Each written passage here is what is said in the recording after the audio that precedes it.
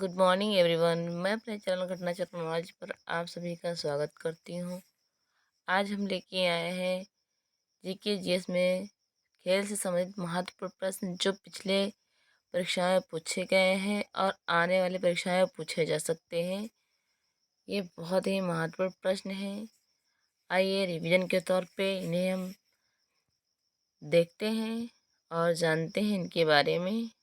तो शुरू करते हैं आज का पहला क्वेश्चन। युकी भांवरी का संबंध किस खेल से है?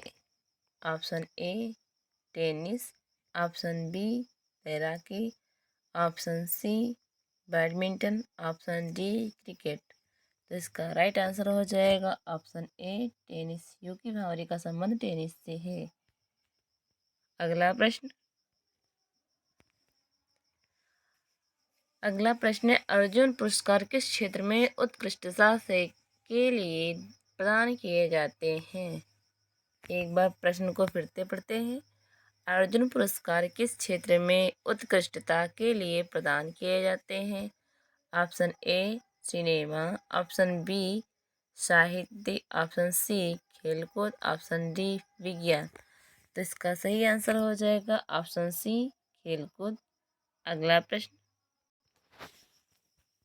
प्रश्न है, डीसीएम ट्रॉफी का संबंध किस खेल से है? Option A hockey, option B cricket, option C football, option D golf. तो इसका राइट आंसर हो जाएगा ऑप्शन सी फुटबॉल। आइए फुटबॉल के बारे में और थोड़ा जान लेते हैं इससे संबंधित। बेगम हजरत महल कप ये फुटबॉल से संबंधित है। बेगम हजरत महल कप ये फुटबॉल से संबंधित है। बिल्ट कप, बिल्ट कप ये फुटबॉल से संबंधित है। बर्दोलोइरा ट्रॉफी ये भी खेल से संबंधित है। कोलंबो कप ये भी फुटबॉल से संबंधित है। सर आशुतोष मुखर्जी ट्रॉफी ये भी फुटबॉल से संबंधित है। और सबसे मेन इम्पोर्टेंट जो है कन्फेडरेशन कप ये फुटबॉल से संबंधित है। डूरंट कप फुटबॉल से संबंधित है। ये बहुत बार पूछा गया है। डूरंट कप और ओवर कप भी फुटबॉल से संबंधित है। आइए हॉकी के बारे में थोड़ा जान लेते हैं इससे संबंधित।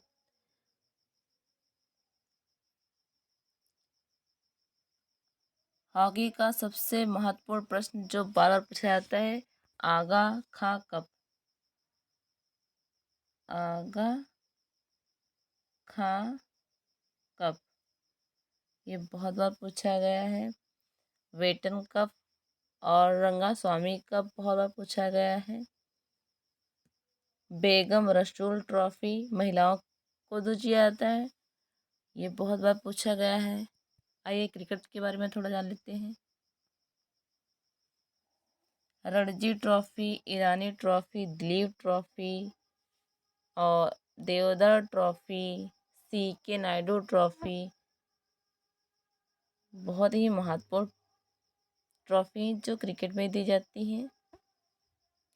सहारा ट्रॉफी और GD Birla trophy, Jawaharlal Nehru cup बहुत ही महत्वपूर्ण है। रानी झांसी ट्रॉफी ये क्रिकेट में दिए जाते हैं।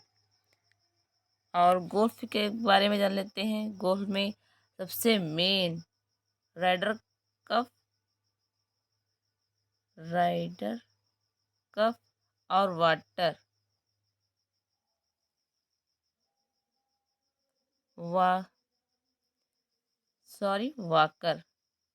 वाकर कप और डन हिल कप और मर्फी कप ये गोल्फ में दिए जाते हैं।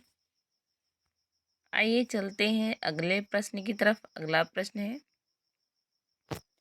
अगला प्रश्न है माइकल फेल्प्स किस खेल से संबंधित है? ए क्रिकेट, बी बिलियर्ड्स, सी शतरंज, डी तैराकी। तो इसका राइट आंसर हो जाएगा डी तैराकी। अगला प्रश्न है अर्जुन पुरस्कार कब प्रारंभ हुआ? Option A 1989, option B 1899, option C 1961, option D 1997। इसका राइट आंसर हो जाएगा ऑप्शन सी 1961। यह पुरस्कार 1961 में आरंभ हुआ था। इस पुरस्कार के अंतर्गत 15 लाख रुपए नगद पुरस्कार दिए जाते हैं। 15 लाख। यह खिलाड़ियों के लिए पिछले 4 वर्षों के प्रदर्शन के आधार पर दिया जाता है।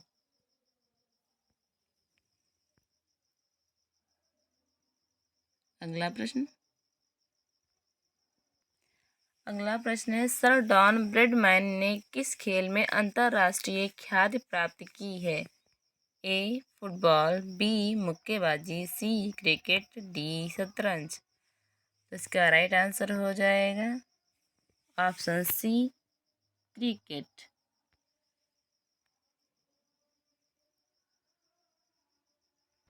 आइए कुछ क्रिकेट के बारे में देख लेते हैं महत्वपूर्ण बातें। क्रिकेट का जन्मदाता इंग्लैंड को माना जाता है। इंग्लैंड। पहला टेस्ट मैच 1877 में ऑस्ट्रेलिया व इंग्लैंड के मध्य मेलबर्न में हुआ था।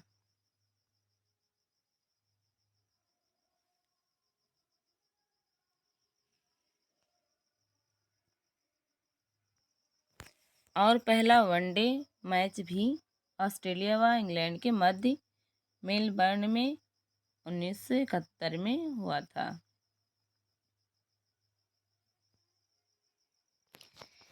क्रिकेट की सर्वोच्च संस्था आईसीसी है, जिसकी स्थापना 1909 में हुई थी। पहले इसका नाम इंपीरियल क्रिकेट कॉन्फ्रेंस था।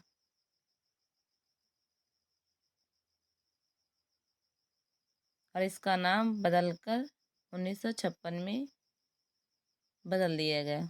1956 में।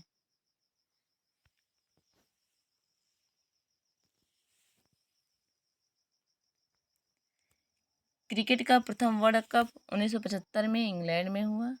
1975 में इंग्लैंड में हुआ तथा वेस्ट इंडीज ने जीता था। और भारत ने अपना पहला मैच 1932 में इंग्लैंड के विरुद्ध खेला था। 1932 में इंग्लैंड के विरुद्ध खेला था। और 2019 का विश्व कप इंग्लैंड में खेला गया था तथा 2023 का आगामी विश्व कप भारत में खेला गया। अगले प्रश्न की चलते हैं। अगला प्रश्न है भारत के किस निशानेबाज ने लंदन ओलंपिक खेलों 2012 में रजत पदक प्राप्त किया? ए विजय कुमार, बी राजवर्धन सिंह राठौर, सी मानवजीत सिंह संधू, डी समरेश जंग। तो इसका राइट आंसर हो जाएगा विजय कुमार, ऑप्शन ए। अगला प्रश्न है स्पर्श रेखा किस खेल से संबंधित है? ऑप्शन ए तैराकी, option B kabaddi, option C football, option D मुक्केबाजी। तो इसका राइट आंसर हो जाएगा कबड्डी, ऑप्शन बी। स्पर्श रेखा कबड्डी से संबंधित है। अगला प्रश्न अगला प्रश्न है, ऑस्ट्रेलियाई ओपन टेनिस 2012 के पुरुष एकल विजेता कौन है? ऑप्शन ए नोवाक जोकोविच, option B Rajyavardhan Singh Rathore, option C Max Mirnyi, option D इनमें से कोई नहीं। तो राइट आंसर हो जाएगा ऑप्शन ए नोवाक जोकोविच। अगला प्रश्न है, 3 सेकेंड्स किस खेल से संबंधित है? ऑप्शन ए मुक्केबाजी, option B basketball, option C billiards, option D इनमें से कोई नहीं। तो इसका सही आंसर हो जाएगा option B basketball. Basketball America इसका जन्मदाता है तथा इस खेल में प्रत्येक टीम में 5 खिलाड़ी हैं। अमेरिका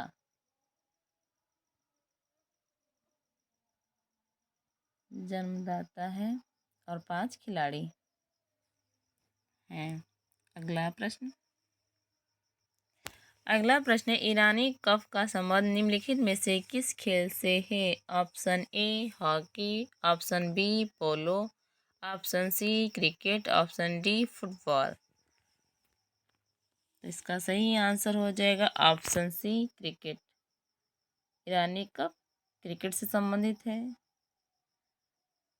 अभी हमने महत्वपूर्ण ट्रॉफी और कप हॉकी या फुटबॉल क्रिकेट के बारे में पढ़ा था। आइए पोलो के बारे में जान लेते हैं। पोलो में Ezra cup,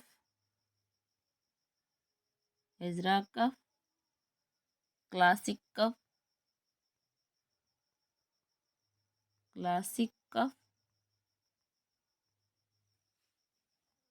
Prithvipal Singh cup,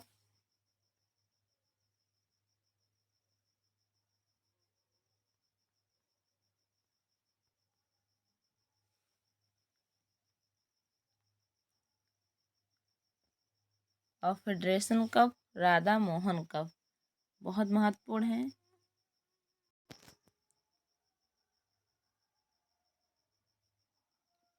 पोलो में 4 खिलाड़ी होते हैं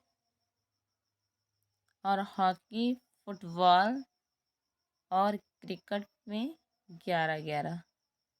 हॉकी, फुटबॉल और क्रिकेट में 11-11। अगला प्रश्न, सानिया मिर्जा निम्नलिखित में से किस खेल से चर्चित हैं? यह किस खेल से संबंधित है?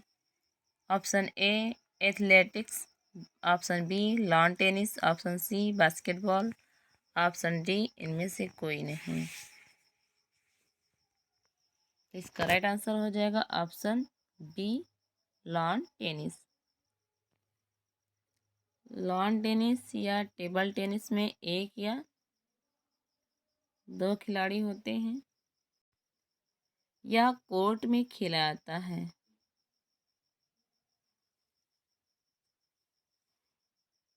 टेनिस हो गया, बैडमिंटन हो गया, नेटबॉल हो गया, हैंडबॉल हो गया, वॉलीबॉल हो गया, ये सब कोर्ट में खेले जाते हैं।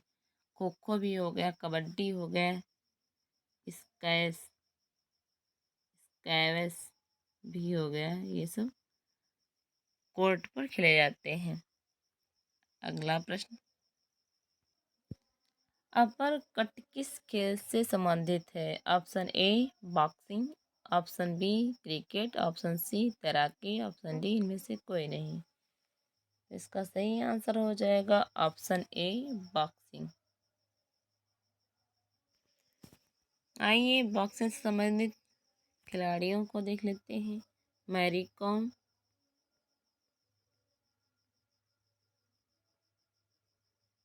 और लोलिना बोरगहेन।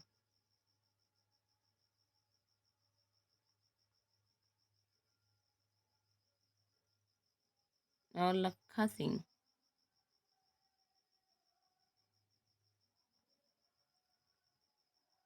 अगला प्रश्न है, खो खो में कितने क्रॉस लेंस होते हैं? Option A 5, option B 8, option C 11, option D 9। इसका राइट आंसर हो जाएगा ऑप्शन बी 8।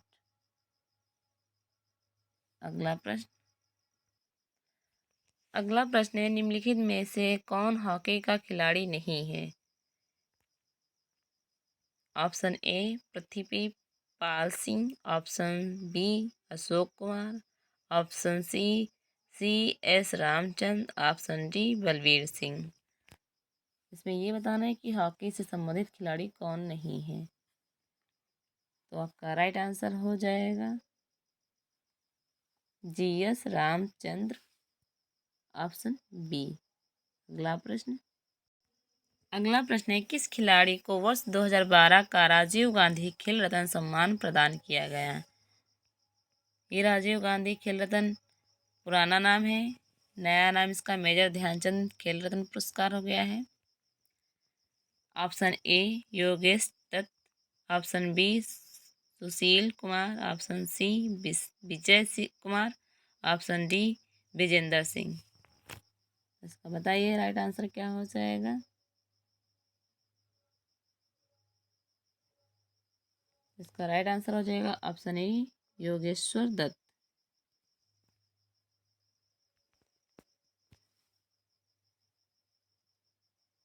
यह पुरस्कार 1991-92 में आरंभ किया गया था तथा यह सबसे पहले विश्वनाथन आनंद को मिला। विश्वनाथन आनंद को मिला। इस पुरस्कार के अंतर्गत इनाम की राशि 25 लाख रुपए है। 25 लाख। और महिला में कर्णम मल्लेश्वरी को दिया गया था 1995 में। कर्णम मल्लेश्वरी 1995। अगला प्रश्न है, अंतर्राष्ट्रीय ओलंपिक समिति के अध्यक्ष कौन हैं? Option A George Bush, option B Jacques Rogge, option C Jeff Howarth, option D Kim Hughes. तो अंतर्राष्ट्रीय ओलंपिक समिति के अध्यक्ष कौन है? इसका सही आंसर हो जाएगा जैक्स रोगे, ऑप्शन बी। अगला प्रश्न है, लंदन में 2012 में आयोजित 30वें ओलंपिक में सर्वाधिक स्वर्ण पदक किस देश ने जीते? Option A America, option B चीन, option C Japan, option D रूस। इसका सही आंसर हो जाएगा ऑप्शन ए अमेरिका। अमेरिका ने 2012 में 23वें ओलंपिक में सबसे ज़्यादा स्वर्ण पदक जीते थे। अगला प्रश्न है, कनाडा का राष्ट्रीय खेल क्या है? Option A baseball, option B ice hockey, option C football, option D इनमें से कोई नहीं। तो कनाडा का राष्ट्रीय खेल हो जाएगा, राष्ट्रीय खेल है आइस हॉकी, ऑप्शन बी। आइए जान लेते हैं बेसबॉल किस देश का राष्ट्रीय खेल है। बेसबॉल संयुक्त राज्य अमेरिका का राष्ट्रीय खेल है, यूएसए। आइए फुटबॉल के बारे में जानते हैं। फुटबॉल फ्रांस और इजराइल और Mauritius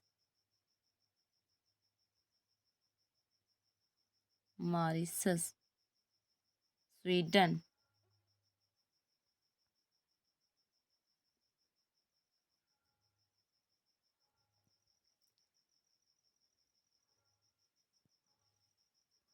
France, Sweden, Israel, Mauritius, यहाँ का राष्ट्रीय खेल फुटबॉल है।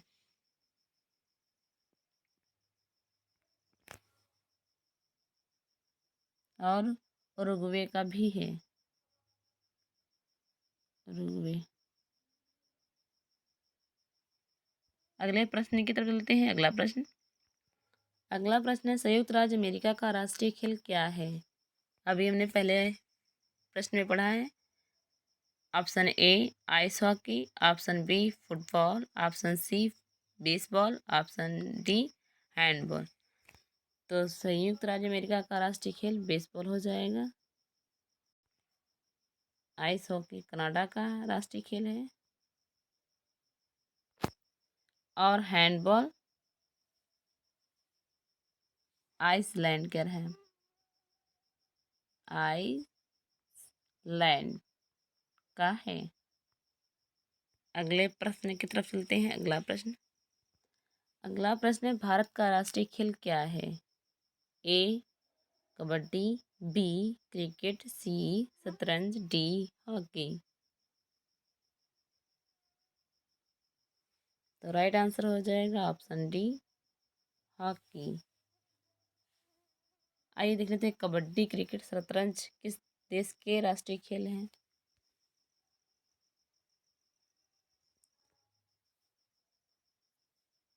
कबड्डी बांग्लादेश का है राष्ट्रीय खेल है।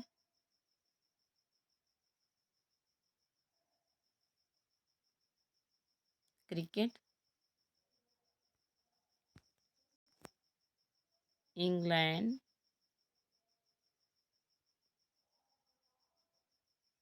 और ऑस्ट्रेलिया।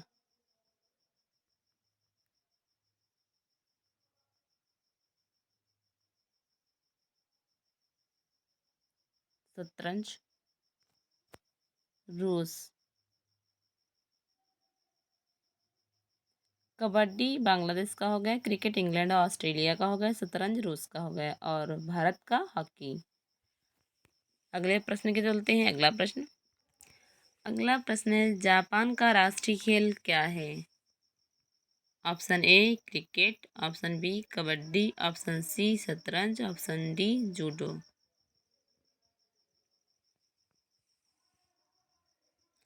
तो अभी हमने पढ़ा था क्रिकेट है इंग्लैंड और ऑस्ट्रेलिया का और कबड्डी बांग्लादेश का है और शतरंज रूस का। तो बचा हमारा ऑप्शन डी जूडो। तो राइट आंसर हो जाएगा हमारा जूडो। अगला प्रश्न है, पोलो खेल का प्रचलन भारत के किस राज्य में हुआ? Option A Bihar, option B Manipur, option C Assam, option D Karnataka. इसका सही आंसर हो जाएगा ऑप्शन बी मणिपुर। पोलो में 4 खिलाड़ी होते हैं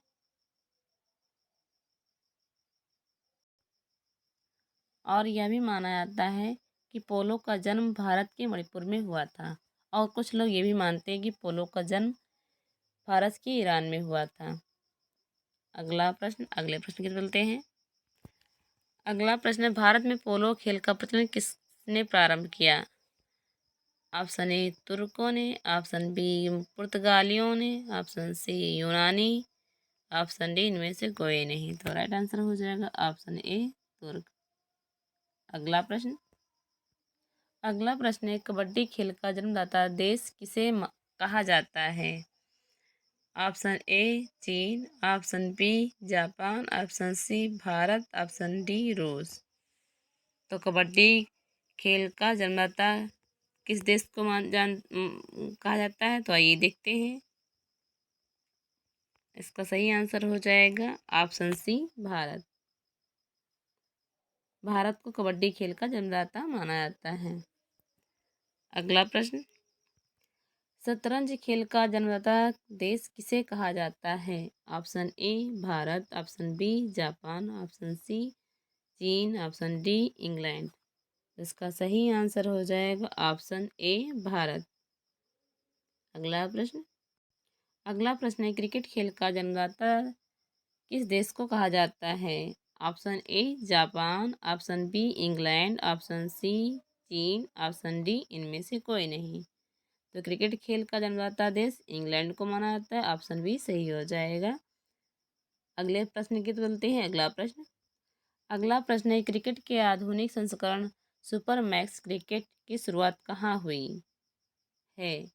ऑप्शन ए रूस में, ऑप्शन बी ऑस्ट्रेलिया में, ऑप्शन सी न्यूजीलैंड में, ऑप्शन डी भारत में। तो इसका सही आंसर हो जाएगा ऑप्शन बी ऑस्ट्रेलिया में। अगला प्रश्न, ये क्वेश्चंस बहुत ही महत्वपूर्ण है आने वाली परीक्षाओं के लिए, तो प्लीज़ वीडियो को अंत तक देखें और पसंद आए तो लाइक और सब्सक्राइबर कर दीजिएगा। अगर कहीं पे त्रुटि हो तो प्लीज़ बता दीजिएगा, हम सुधारने की कोशिश करेंगे, क्योंकि गलतियां इंसानों से ही होती हैं। तो आइए इस क्वेश्चन का आंसर देखते हैं। पहले क्वेश्चन रिपीट कर लेते हैं। वाटर पोलो में एक पक्ष में खिलाड़ियों की संख्या कितनी होती है?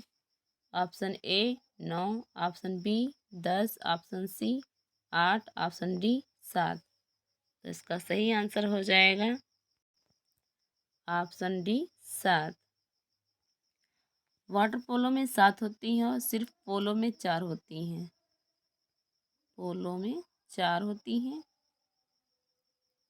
और नेट बॉल में भी 7 होती हैं। नेट बॉल और कबड्डी।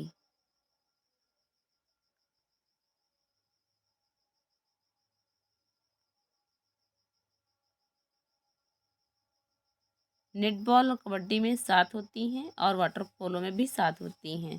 पोलो में सिर्फ 4 होती हैं और जिम्नास्टिक में 8 होती हैं। जिम्नास्टिक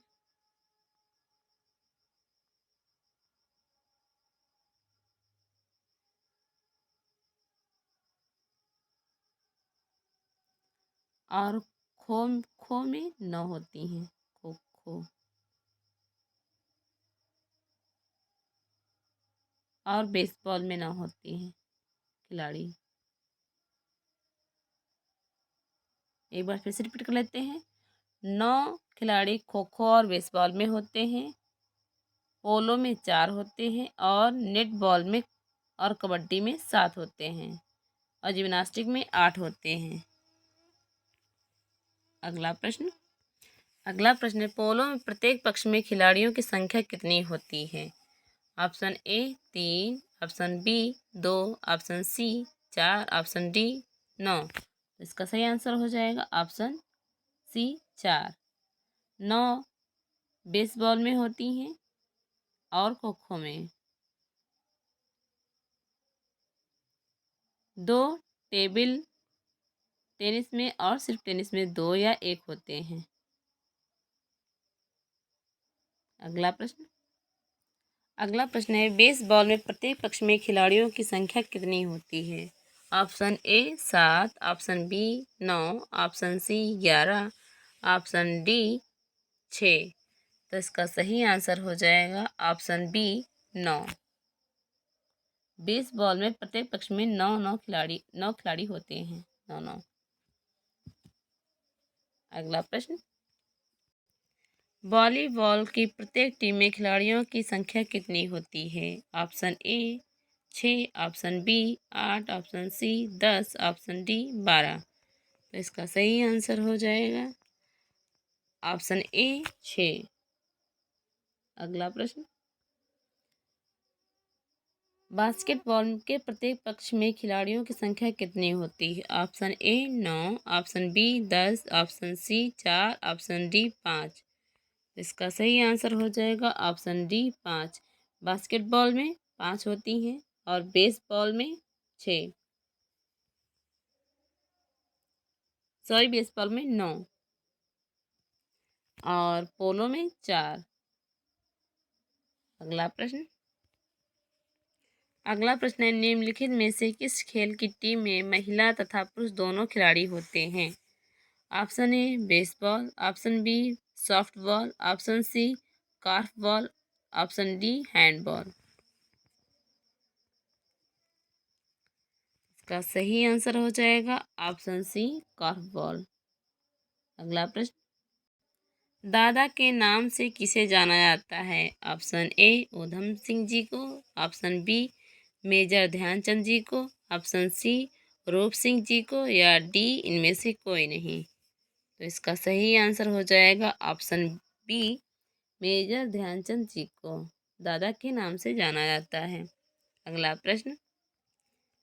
प्रश्न है, किसी अंतर्राष्ट्रीय फुटबॉल मैच की सामान्य समयावधि कितनी होती है?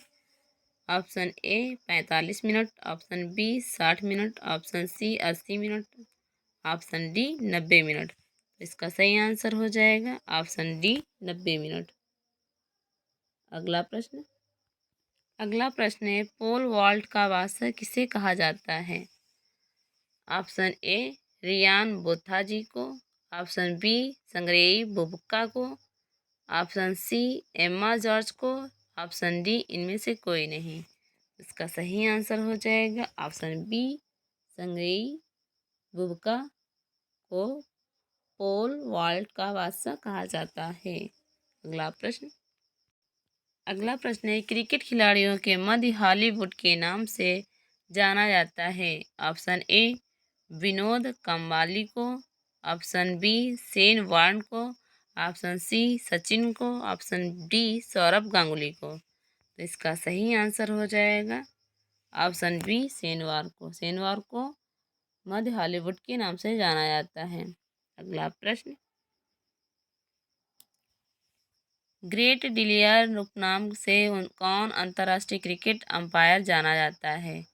ऑप्शन ए स्टीव बकनर को, ऑप्शन बी डिक्की बर्ड को, ऑप्शन सी डेविड सेफर्ड को, ऑप्शन डी इनमें से कोई नहीं। तो इसका सही आंसर हो जाएगा डिक्की बर्ड को ग्रेट डिलियर के नाम से जाना जाता है। अगला प्रश्न है, बॉम्बे बम्पर किस अंतर्राष्ट्रीय क्रिकेटर खिलाड़ी का उपनाम है? Option A Sachin Tendulkar, option B Vinod Kambli को, option C Sourav Ganguly, option D इनमें से कोई नहीं। बॉम्बे बम्पर किसे कहा जाता है, तो ये बताना। तो इसका सही आंसर हो जाएगा सचिन तेंदुलकर जी को। सचिन तेंदुलकर जी को बॉम्बे बम्पर के नाम से जाना जाता है। आइए कुछ और उपनाम देख लेते हैं क्रिकेट खिलाड़ियों के। जैसे हॉकी के जादूगर मेजर ध्यानचंद जी को कहा जाता है। जैसे फ्लाइंग फिश माइकल फेल्प्स को जाना जाता है। फ्लाइंग सिख मिल्खा सिंह को जाना जाता है। और उड़न परी पीटी उषा को जाना जाता है। और पीटी उषा को गोल्डन गर्ल के नाम से भी जाना जाता है। Super mom Mary Kom, super mom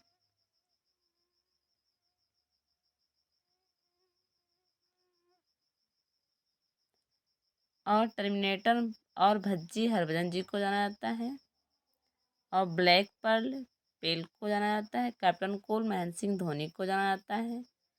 और बहुत ही महत्वपूर्ण है the iron lady Karnam Malleswari को जाना जाता है। The iron lady. और रोहित को हिटमैन के नाम से जाना जाता है। हिटमैन रोहित शर्मा को जाना जाता है हिटमैन के नाम से। और गब्बर शिखर धवन के नाम से, शिखर धवन को गब्बर के नाम से जाना जाता है। ये बहुत ही महत्वपूर्ण। और कपिल देव जी को हरियाणा हरिकेन के नाम से जाना जाता है। ये बहुत ही महत्वपूर्ण है। एक बार फिर से रिपीट कर लेते हैं। सुपर मॉम मैरी कॉम का उपनाम है। और हिटमैन रोहित शर्मा का उपनाम है।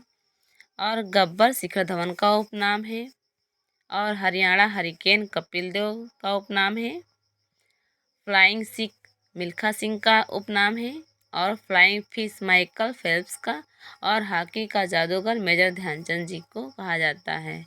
और बंगाल टाइगर दादा और सौरभ गांगुली को कहा जाता है। ये बहुत ही इम्पोर्टेंट है।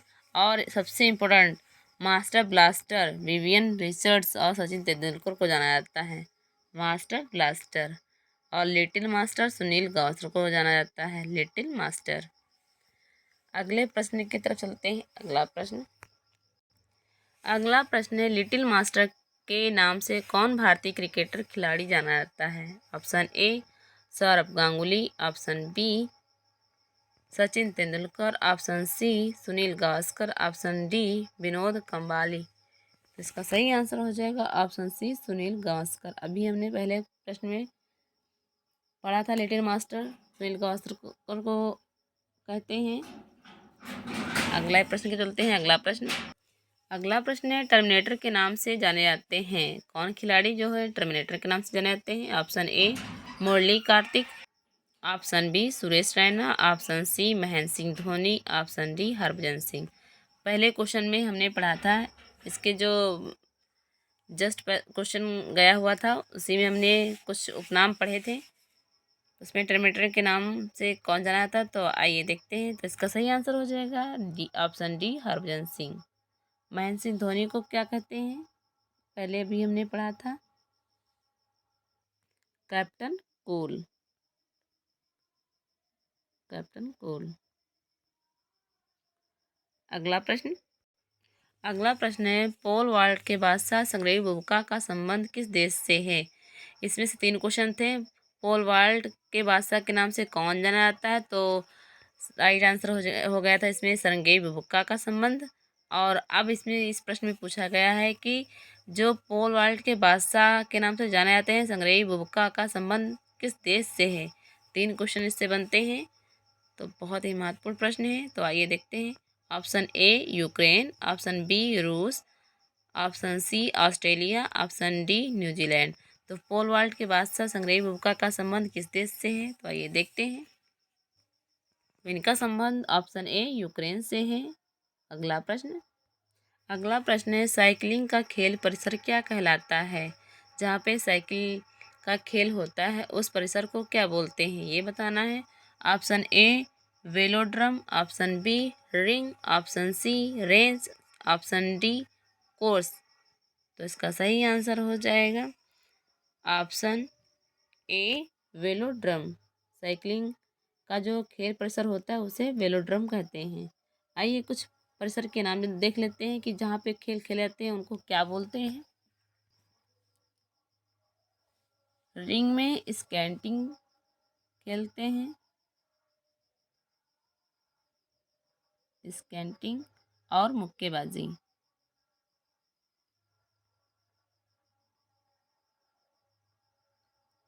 और रेंज में निशानेबाजी और तीरंदाजी, तीरंदाजी और निशानेबाजी। और कोर्स में गोल्फ, कोर्स में गोल्फ खेलते हैं। तो साइकिलिंग वेलोड्रम में किया जाता है और रिंग में स्केटिंग और मुक्केबाजी, रेंज में तीरंदाजी और निशानेबाजी और कोर्स में गोल्फ खेला जाता है। अगले प्रश्न की चलते हैं। अगला प्रश्न है मुक्केबाजी का खेल परिसर क्या कहलाता है। Option A diamond, option B ring, option C ring, option D range. Ring और रिंग में कंफ्यूज मत होइएगा। तो अभी हमने पहले क्वेश्चन में पढ़ा, देखो कि मुक्केबाजी कहाँ पे खेली जाती है, कहाँ पे की जाती है। तो ऑप्शन सी सही हो जाएगा, रिंग में स्केटिंग और मुक्केबाजी।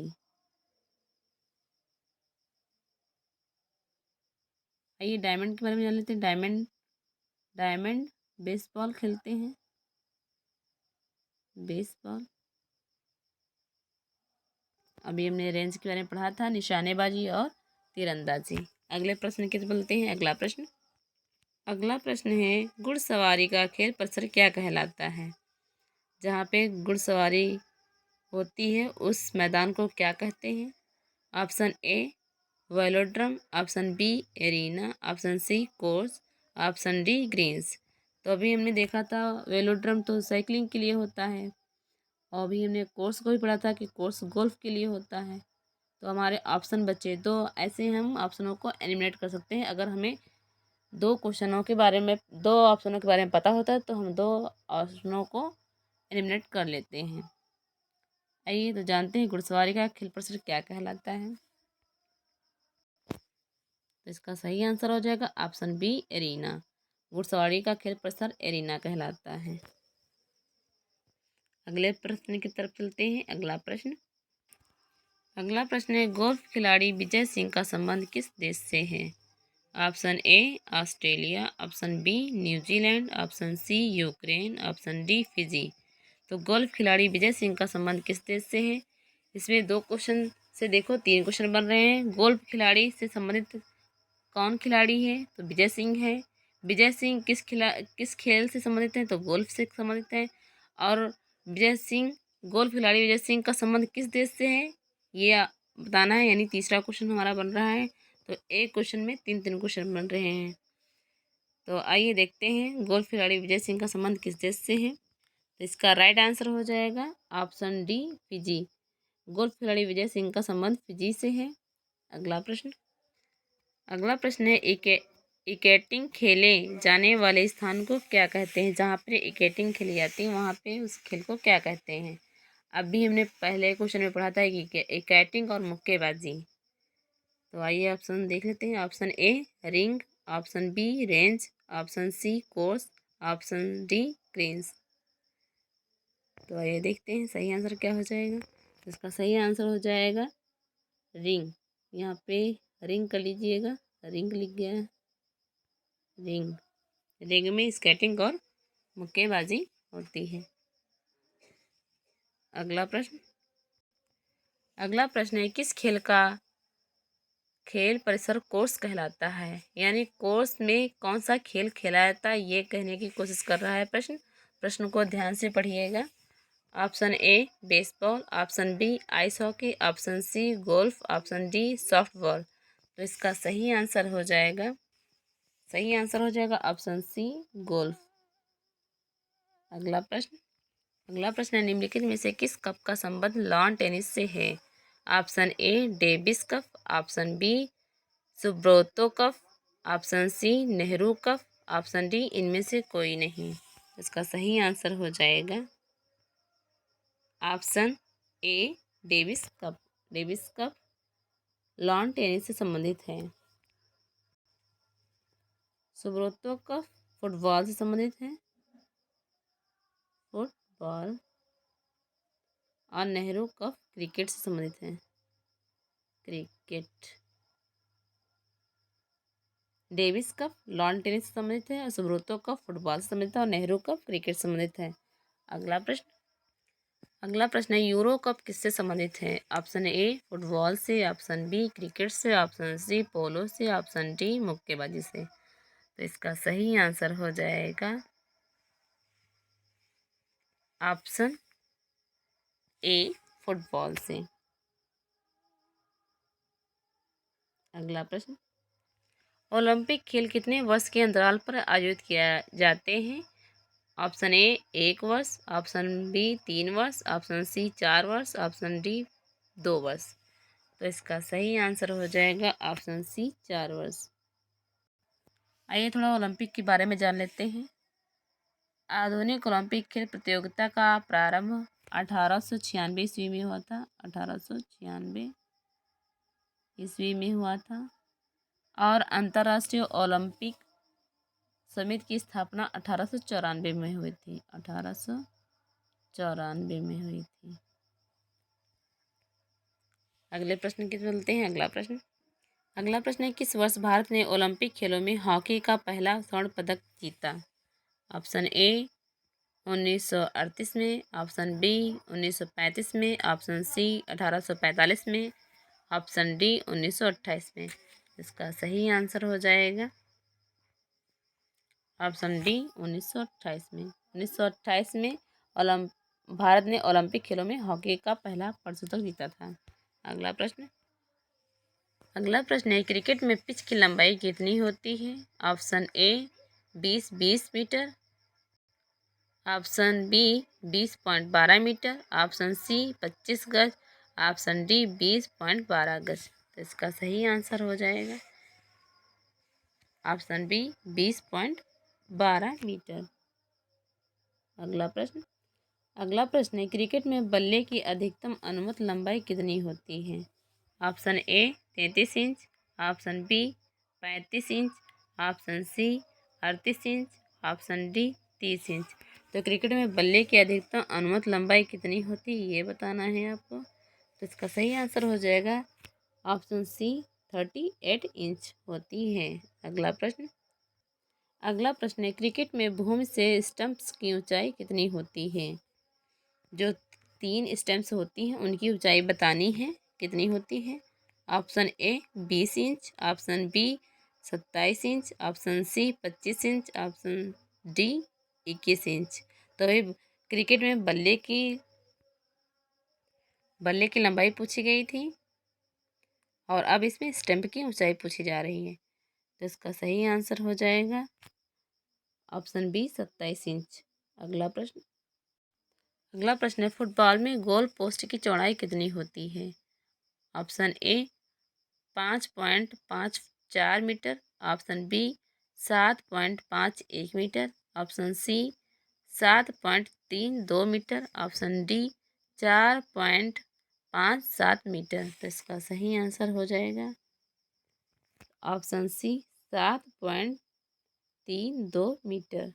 अगला प्रश्न है, हॉकी के मैदान में गोल पोस्ट की चौड़ाई कितनी होती है? Option A 2.25 metre, option B 3.75 metre, option C 3.66 metre, option D 2.66 metre होती है। तो ऑप्शन सी सही हो जाएगा 3.66 मीटर। हॉकी के मैदान में गोल पोस्ट की चौड़ाई 3.66 मीटर होती है। अगला प्रश्न है, बैडमिंटन में नेट की ज़मीन से ऊंचाई कितनी होती है?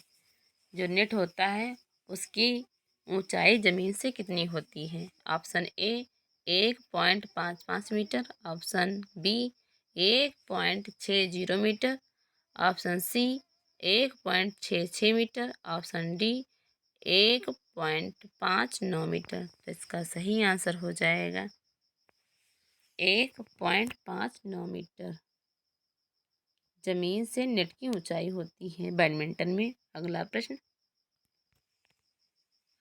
है, खो खो मैदान में कितनी क्रॉस लेंस होती हैं? Option A 5, option B 9, option C 8, option D 10। तो इसका सही आंसर हो जाएगा ऑप्शन सी 8।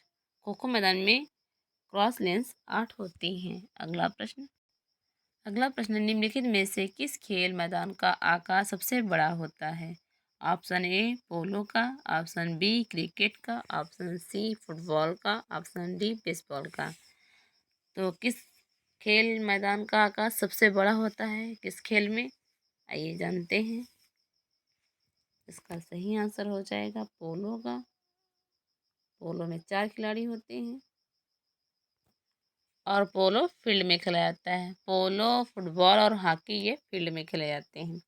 अगला प्रश्न, हॉकी में पेनाल्टी स्ट्रोक कितनी दूरी से मारा जाता है? ऑप्शन ए 7 गज, ऑप्शन बी 8 गज, ऑप्शन सी 8.5 गज, ऑप्शन डी 7.5 गज। तो हॉकी में पेनाल्टी स्ट्रोक कितनी दूरी से मारा जाता है? इसका सही आंसर हो जाएगा ऑप्शन बी 8 गज। 8 गज हॉकी में पेनाल्टी स्ट्रोक की दूरी मारी जाती है। अगला प्रश्न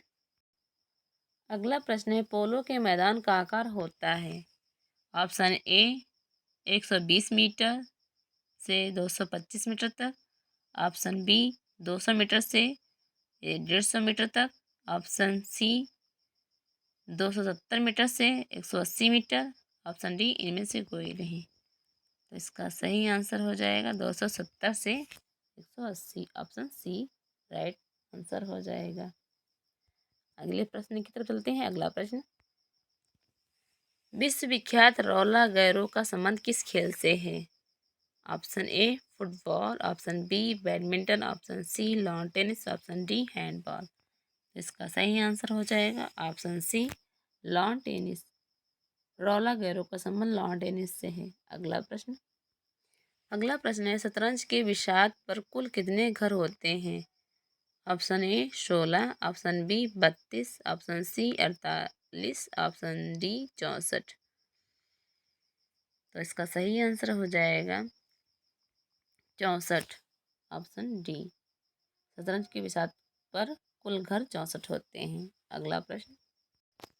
अगला प्रश्न है, ओलंपिक खेलों में तैराकी के स्विमिंग पूल में कुल कितने लेन होते हैं? Option A 10, option B 8, option C 9, option D 12। इसका सही आंसर हो जाएगा ऑप्शन बी 8। 8 स्विमिंग पूल में लेन होती हैं। अगला प्रश्न, विश्व में क्रिकेट का मक्का के नाम से जाना जाता है? Option A Eden Garden, option B Lord's, option C Oval, option D इनमें से कोई नहीं। तो मक्का के नाम से कौन जाना जाता है विश्व में क्रिकेट का मक्का के नाम से? तो ये देखते हैं इसका सही आंसर क्या हो जाएगा। ऑप्शन बी सही हो जाएगा, लॉर्ड्स। लॉर्ड्स विश्व में क्रिकेट के मक्का के नाम से जाना जाता है। अगला प्रश्न है, मुक्केबाजी के लिए प्रसिद्ध स्थान है? Option A Kentucky, option B white city, option C Madison square, option D इनमें से कोई नहीं। इसका सही आंसर हो जाएगा ऑप्शन सी मेडिसन स्क्वायर। अगला प्रश्न है, बाराबती स्टेडियम कहाँ अवस्थित है? Option A Bhubaneswar, option B Kolkata, option C Cuttack, option D Pune. इसका सही आंसर हो जाएगा ऑप्शन सी कटक। आइए कुछ स्टेडियम के बारे में जान लेते हैं। जैसे वानखेड़े स्टेडियम क्रिकेट लीग के लिए है, ये मुंबई में है। वानखेड़े स्टेडियम ये क्रिकेट के लिए है और है कहाँ पर? तो मुंबई में है। मौलाना आज़ाद स्टेडियम, मौलाना आज़ाद स्टेडियम ये भी क्रिकेट के लिए है, ये श्रीनगर में है। और सवाई मानसिंह स्टेडियम, सवाई मान सिंह स्टेडियम ये भी क्रिकेट के लिए है, ये जयपुर में है, राजस्थान। और सरदार पटेल स्टेडियम इसका नया नाम है, जो है नरेंद्र मोदी स्टेडियम हो गया है, ये भी क्रिकेट के लिए है, ये अहमदाबाद में है, गुजरात में। और भूपेन हजारिका स्टेडियम इसका नया नाम हो गया है बरसा पार्क क्रिकेट स्टेडियम, ये भी क्रिकेट के लिए है, गुवाहाटी में है। और राजीव गांधी अंतर्राष्ट्रीय स्टेडियम ये भी क्रिकेट के लिए है, ये हैदराबाद में है।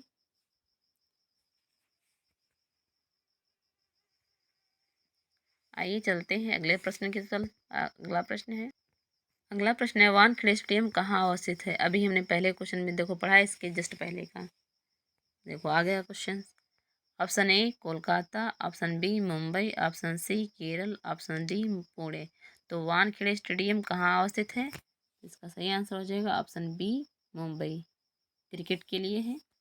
अगला प्रश्न, ग्रीन पार्क स्टेडियम कहाँ अवस्थित है? Option A Chennai, option B Kanpur, option C Nagpur, option D Kolkata. तो ग्रीन पार्क स्टेडियम कहाँ पर है? तो इसका सही आंसर हो जाएगा B Kanpur, green park stadium Kanpur में है। अगला प्रश्न, ईडन गार्डन स्टेडियम कहाँ पर अवस्थित है? Option A Kolkata, option B Mumbai, option C नई दिल्ली, ऑप्शन डी इनमें से कोई नहीं। तो ईडन गार्डन स्टेडियम कहाँ पर है? आइए देखते हैं। तो इसका सही आंसर हो जाएगा Kolkata, Eden garden stadium option A Kolkata में अवस्थित है।